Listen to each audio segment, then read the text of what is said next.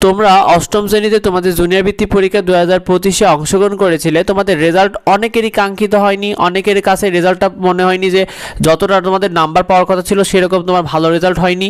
তো সেক্ষেত্রে তোমাদের বৃত্তি বোর্ড চ্যালেঞ্জ বা খাতা পুনর্নিরীক্ষণ নিয়ে সর্বশেষ যে সিদ্ধান্ত শিক্ষার্থীরা যেটা চূড়ান্ত হয়েছে, তোমাদের বোর্ড চ্যালেঞ্জ বা খাতা পুনর্নিরীক্ষণ নিয়ে দেখো, বোর্ড চ্যালেঞ্জ বা খাতা পুনর্নিরীক্ষণ হলো তোমার যদি কোনো সাবজেক্টের রেজাল্টে ভুল মনে হলে তোমার নির্ধারিত একটা ফি দিয়ে বোর্ডের কাছে খাতাটা তোমাদের পুনরায় যাচাই করার বিষয়টা অর্থাৎ আবেদন করতে হয় যে তোমাদের মনে হচ্ছে কোনো সাবজেক্টে নাম্বার কম এসেছে বা যতটা তোমার নাম্বার পাওয়ার কথা ছিল সেই পরিমাণ নাম্বার পাওনি, সেক্ষেত্রে নির্ধারিত ফি দিয়ে তোমাদের খাতাটাকে পুনরায় যাচাই বাছাই করে দেখা হয় যে কোথাও কোনো নাম্বার দিতে ভুল আছে কিনা বা এই যাবতীয় কিছু দেখা হয়।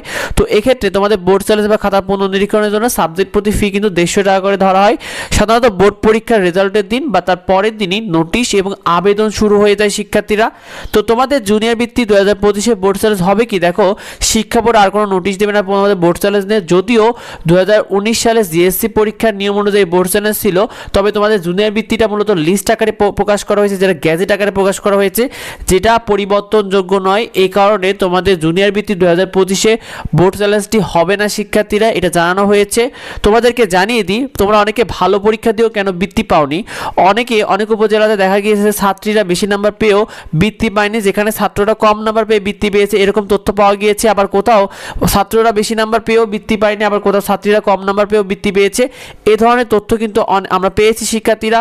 তো সেক্ষেত্রে তোমাদেরকে জানিয়ে দিই, প্রতিটা উপজেলা এবং থানা অনুযায়ী তোমাদের ট্যালেন্ট পুলে বৃত্তি এবং সাধারণ গ্রেডে বৃত্তি দেওয়া হয়েছে, যেটা 50% পেয়েছে ছাত্ররা এবং 50% পেয়েছে ছাত্রীরা।